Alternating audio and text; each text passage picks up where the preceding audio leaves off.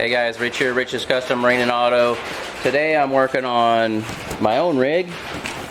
It's actually the wife's daily driver. It's a 2003 four-wheel drive Trailblazer with the 4.2 inline six. So had an axle seal leaking. You can see the gear oil there. I just want to bring you up to speed here on doing this job. So in order to do this, you'll take out where the upper ball joint goes. You've got this bolt here, 15 millimeter head on each side, and then just take a little, like a medium or large screwdriver, tap it in there lightly, and then you can bang up here and it'll come right off of there. So that'll come out. Unbolt the two bolts on this brake bracket. That'll let you have extra slack there, and then you'll want to unclip the ABS wires so you got slack there. I didn't disconnect the lower ball joint, as you can see, but I did disconnect the tie rod end. So now in order to get that axle to come out was a little bit of a pain. Of course, you got to pull the nut off of right outside there. Of course, it would be that part of the axle right there. Take that loose. That's a 36 millimeter deep, because for whatever reason they have the threads stick out several inches there. So you'll need a 36 millimeter deep. And then, so take that loose, but leave it inside the wheel bearing hub there. And then where that thing goes inside the differential up here,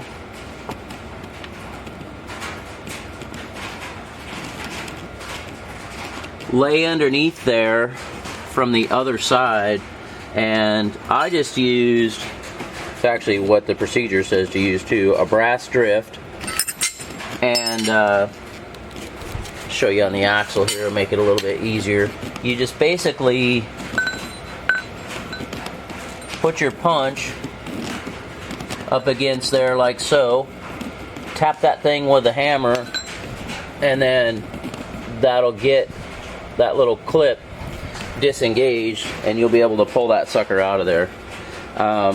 So what I did, I was able to move around this hub assembly and get the axle disengaged from the differential up there and just barely touch the seal, and then push it back that way, and then I was able to get it out of here and then go on from there.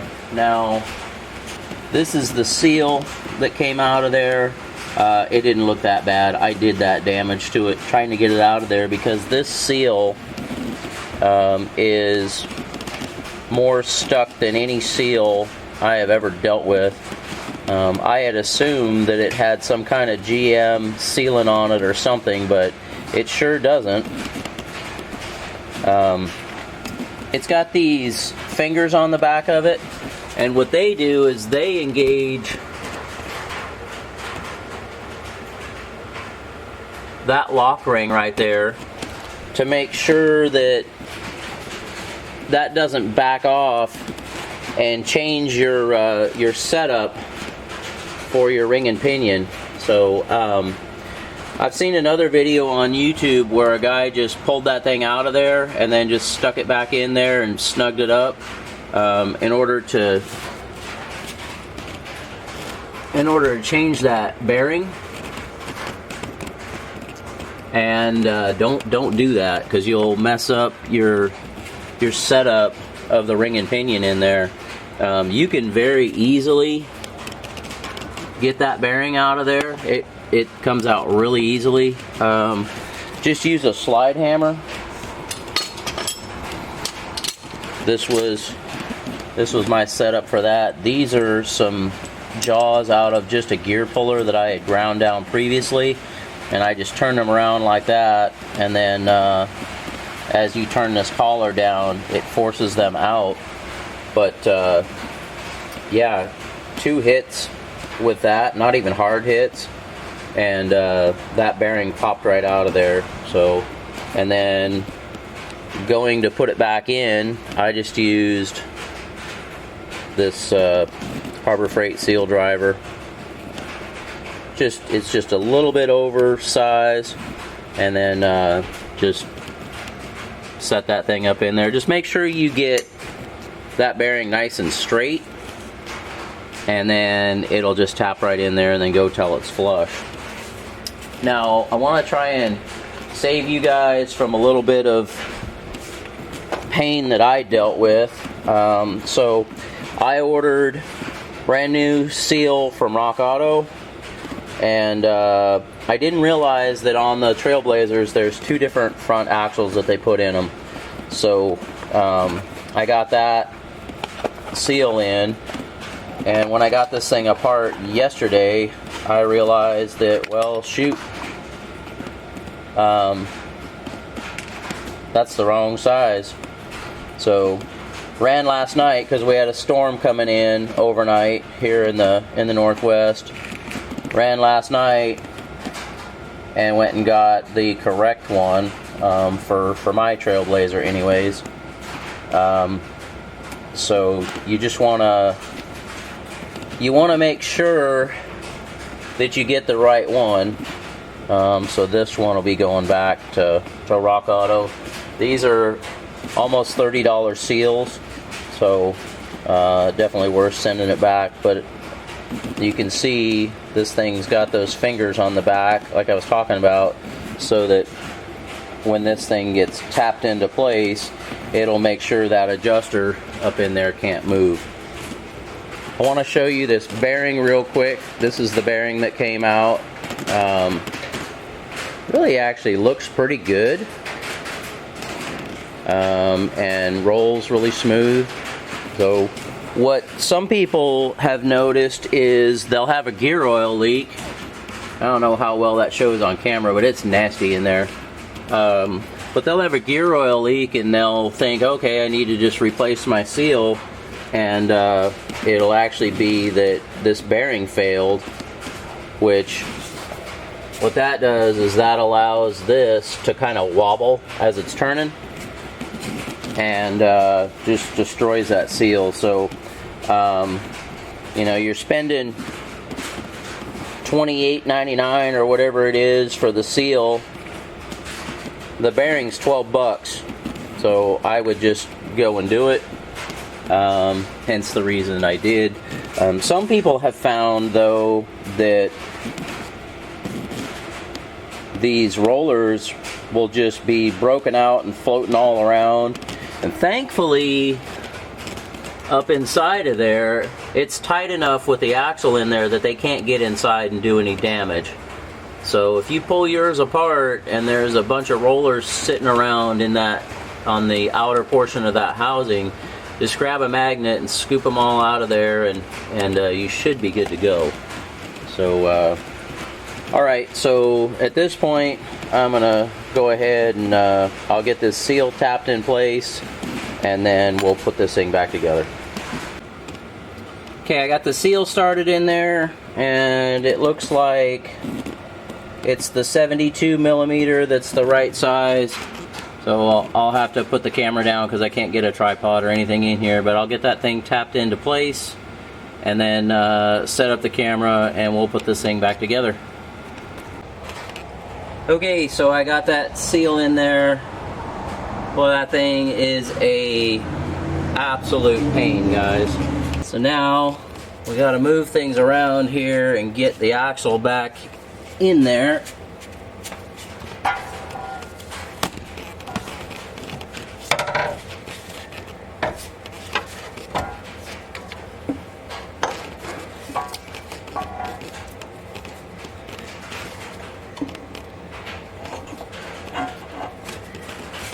Get the axle into the wheel bearing first.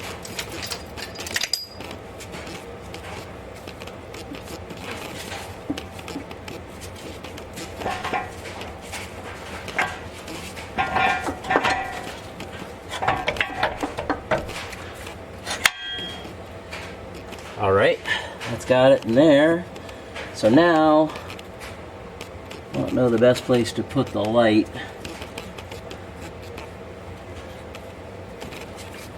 So we can all see here.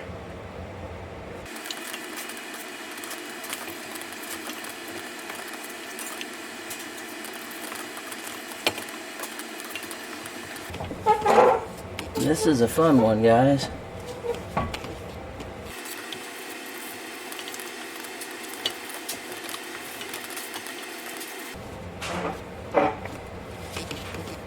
There it goes. Bump the camera around a little. I hope that's showing for you guys. Now we'll take it back out of the wheel bearing and trade off going into the differential.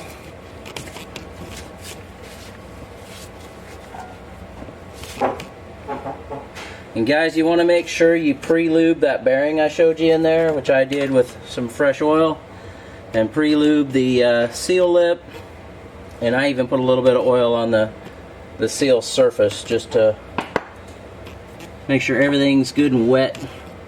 After all this work, you don't want that seal to get damaged.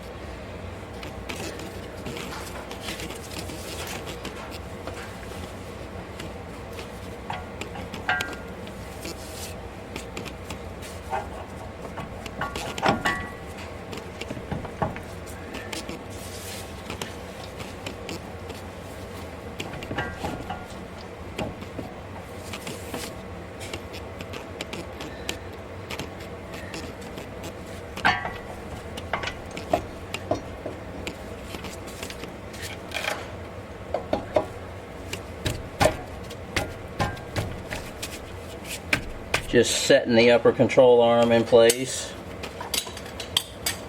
Tap it just a little bit, because that should help us line everything up for this darn axle to go. Let's see, I'm going to take one of my seal drivers on the end of the axle, see if I can't tap a little bit.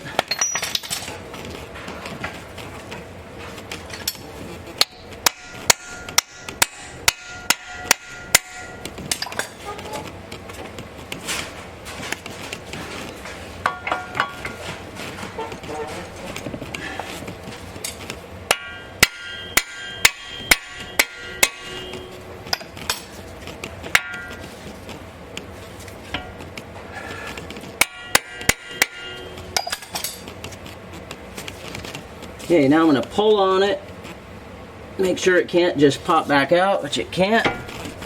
Tight space to get the light and the camera in, but it's seated up in there. So what I ended up doing was putting the old nut back on and then tapping on that, and I had my hand up here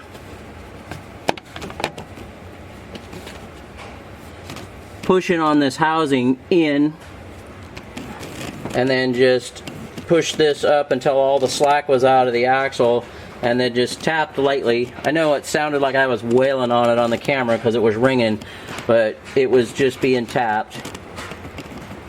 And now we can go ahead and start getting the rest of this stuff together. I got a brand new axle nut here.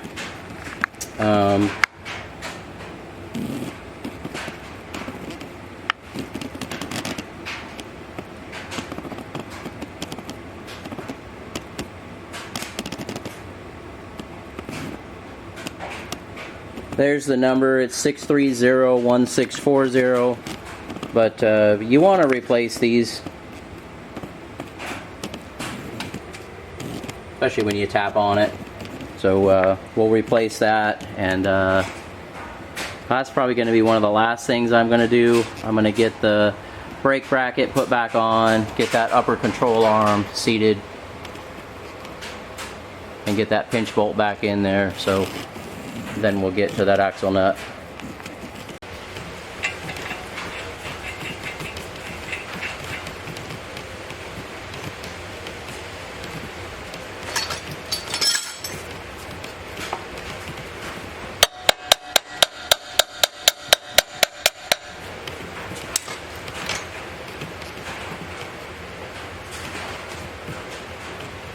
You want to get this to where that ball joint sticks through just a tiny bit, because there's a groove that this pinch bolt's got to fit in. So you don't ever want to hammer that thing through. You want to make sure it slides through that convenient and easily, because then you know you're lined up properly.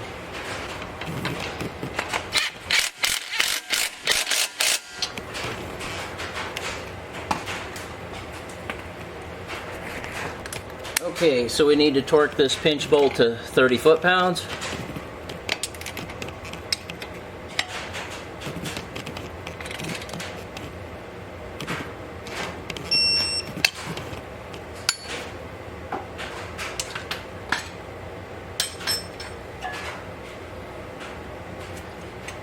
Okay, now I want to work on this brake line.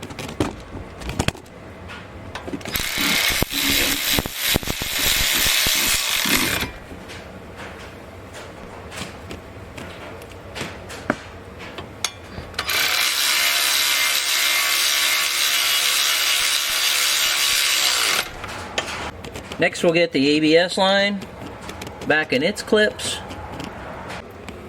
Camera battery died there, so we've got the ABS line clicked into there, clicked into there from the other side, and then here's a look at the other bolt right here that holds this brake line. A little better look at the top of the upper ball joint, so you can kind of see how much protrudes.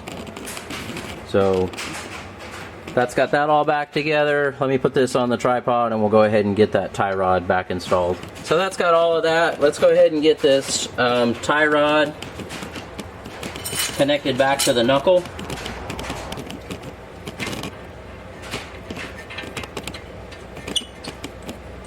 That's about a 1-year-old tie rod end. I had to replace it last year. Rig's got 201,000 miles, almost 202,000, so not too bad. Alright, we need to torque that to, the torque range is 35 to 45 foot-pounds. That gives you a little leeway so you can line up your cotter pin.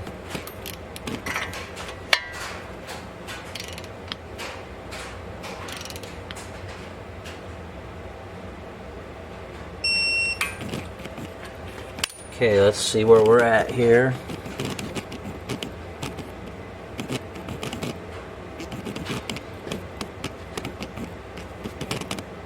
And as standard, it's just past it, so I'm going to dial it all the way to 45.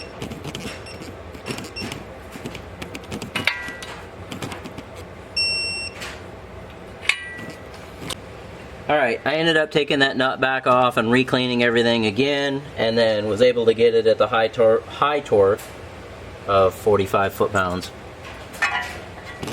Got my new cotter pin here.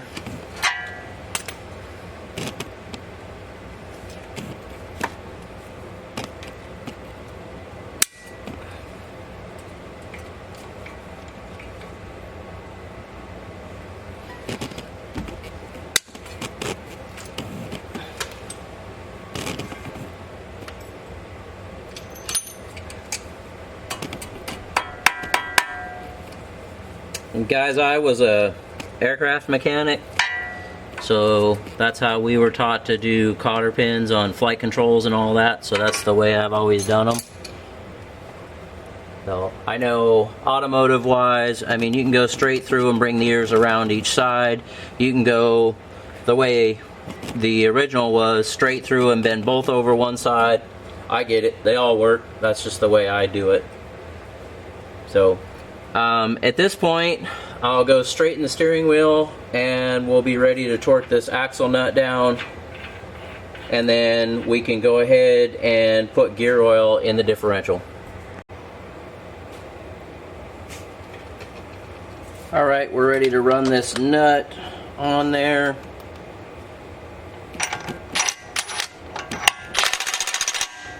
Just use my impact to run it up on the threads. Okay, we'll go ahead and torque this to 103 foot-pounds.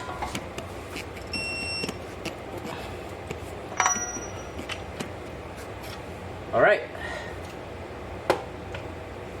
Now we'll move on to getting that differential fluid serviced. Okay, we got the fill cap off. If you're not sure yours is going to come out, because people have had them strip out before, you want to remove that before you take out the bottom one. But they give you a nice big open area there to service it. I'm going to dribble just a little bit in there with the drain plug out still. Just flush any little bit of contaminants that's sitting at the bottom out of there. And then I'll put that drain plug in. It's actually coming out nice and clean, which is awesome. Alright, let me get that drain plug in and then we'll get it serviced. Alright, so got it all filled.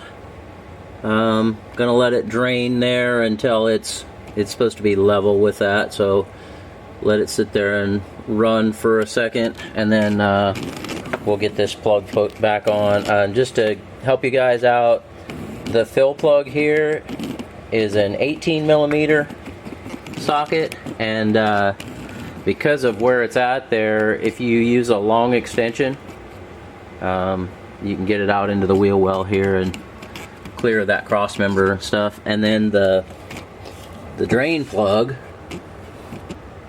down there, that's a 13 millimeter, at least on mine. Other videos have said they're different sizes, but so anyways, that's what it is for mine. We'll get ready to get this wheel and tire put on, and we're going to torque those to those also have a spec of 103 foot-pounds, and we'll be wrapped up here. I got a few other things I'm going to do to the rig, but that's going to wrap up this one. So hey guys, thanks for watching. Appreciate you guys. Please subscribe to help us out. We're still just shy of 500 subscribers, so we're trying to hit that mark and beyond. Like the video too if you would, and if you got comments, different ways that you would do it, suggestions, stuff like that, please leave them down below, and share that with us and with the community. Again, thank you guys, and we'll catch you in the next one.